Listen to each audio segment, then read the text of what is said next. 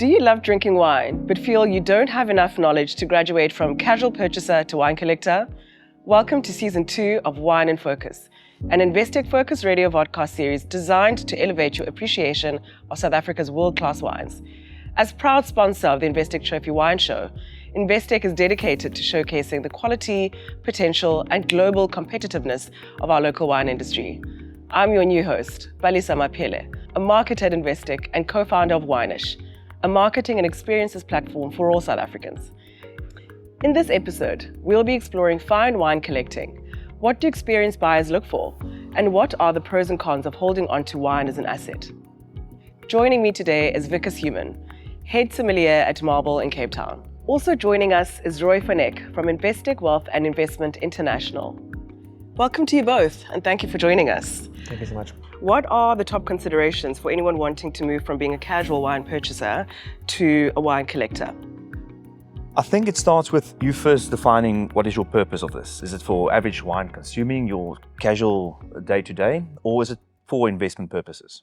Once you've defined that, or maybe it can be both. Like if you define that and it's for both, it's great. Next thing you have to define is your storage. Like, do you have enough storage for it? Doesn't help if you buy wine to age and then you putting it next to your oven.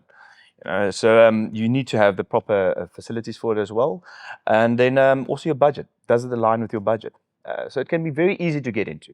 The barriers of entries are low. I think you first just need to define, why are you getting into this? And Wikus, knowing everything you know and having learned everything you've learned along the way, how would you start your own wine collection if you could go back in time? Would it be with this glass of wine, perhaps? Sure. I would change a lot of things.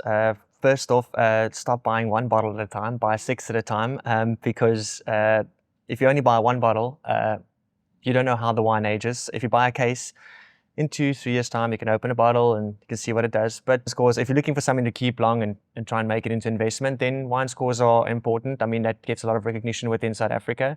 But for me, I like to buy wines and keep them and enjoy them with people. So I would look at something that definitely has some ageability to it, something that I wouldn't usually open on a daily, but I think has the ageability to it. Roy, beyond the obvious considerations like insurance and storage, what are some considerations or risks that people don't fully appreciate when it comes to wine as an asset? Wine is an alternative asset class, like luxurious cars, Rolexes, and all those in art.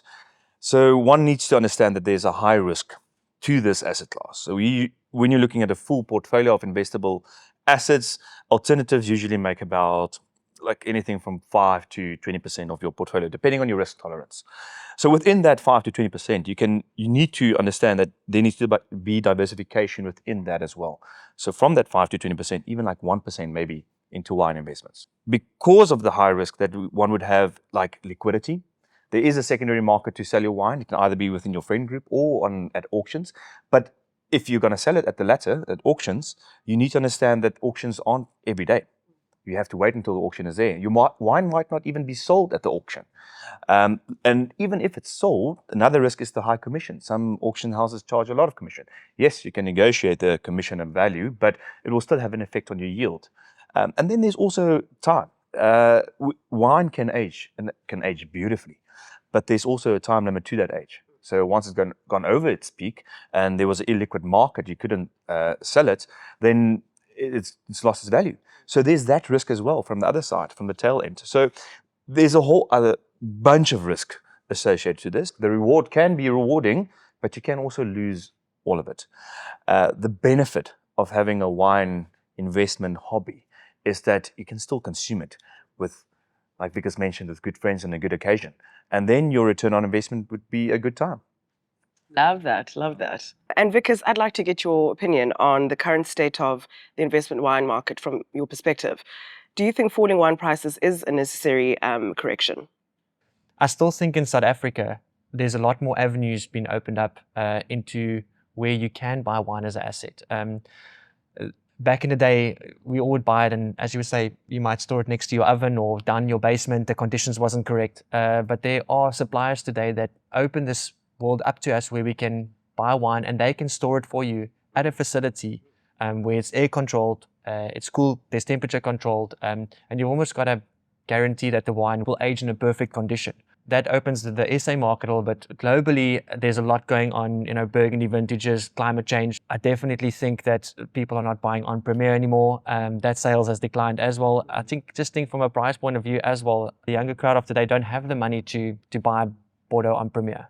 It's just getting too expensive. So the price correction might be a positive, but I still feel in South Africa, if you buy clever and you store it at one of these beautiful warehouses that we have in Cape Town or in Johannesburg that can keep the wine for you, there is probably a chance that you can make a return on investment by popping that wine onto an auction, or there is a lot of secondary markets out there like a brokerage where I sometimes purchase wines off that you can still make a buck. Are there regions, producers or styles that you find yourself returning to at the moment where the quality and opportunity intersect? Then getting into regions, there's different varietals in different regions of Africa that do very well. So for example, the Swartland, Chenin Blanc and Syrah is great for that. If you're looking for great Cabernets, you would tend to go more to kind of Stellenbosch side.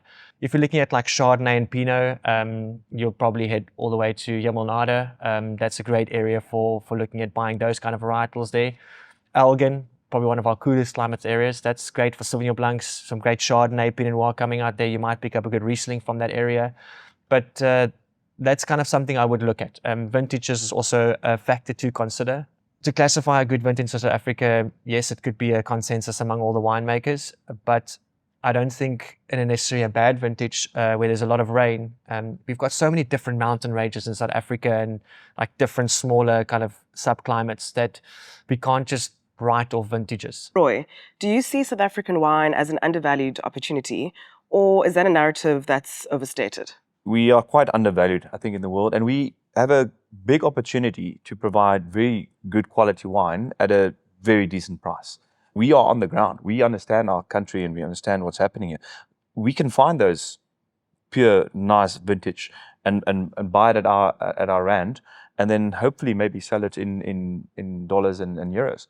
So there is value to be unlocked, and I think that's the beauty of having this as a hobby or as an investment, is you can find joy in the analytics of where can I find this value? Where can I find this hidden gem that will be listed at an auction as a record selling price for South African wine? I think there's joy to be found in that. Is there one particular thing that you're very excited about in the future, or where South African wines are going?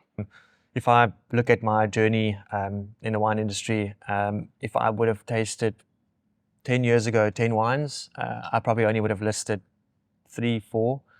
If I do a wine tasting today, out of 10 wines, probably list 8 or 9 of the wines. I think that in South Africa, wine has evolved tremendously in the last 10 years. And what the winemakers are doing and trying to express South Africa as a core for wine, everyone's moving away from 100% new oak.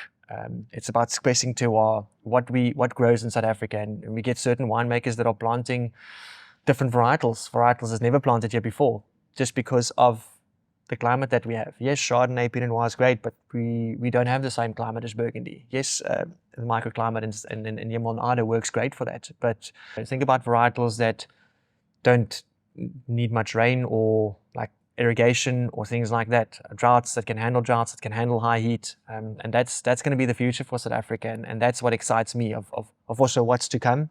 And I think we just at the tipping point of where South Africa wine is going to go. Thank you so much for joining us for a wonderful conversation, and cheers. Thank you so much for having us. Yeah. Thank you. Cheers. Cheers. Cheers.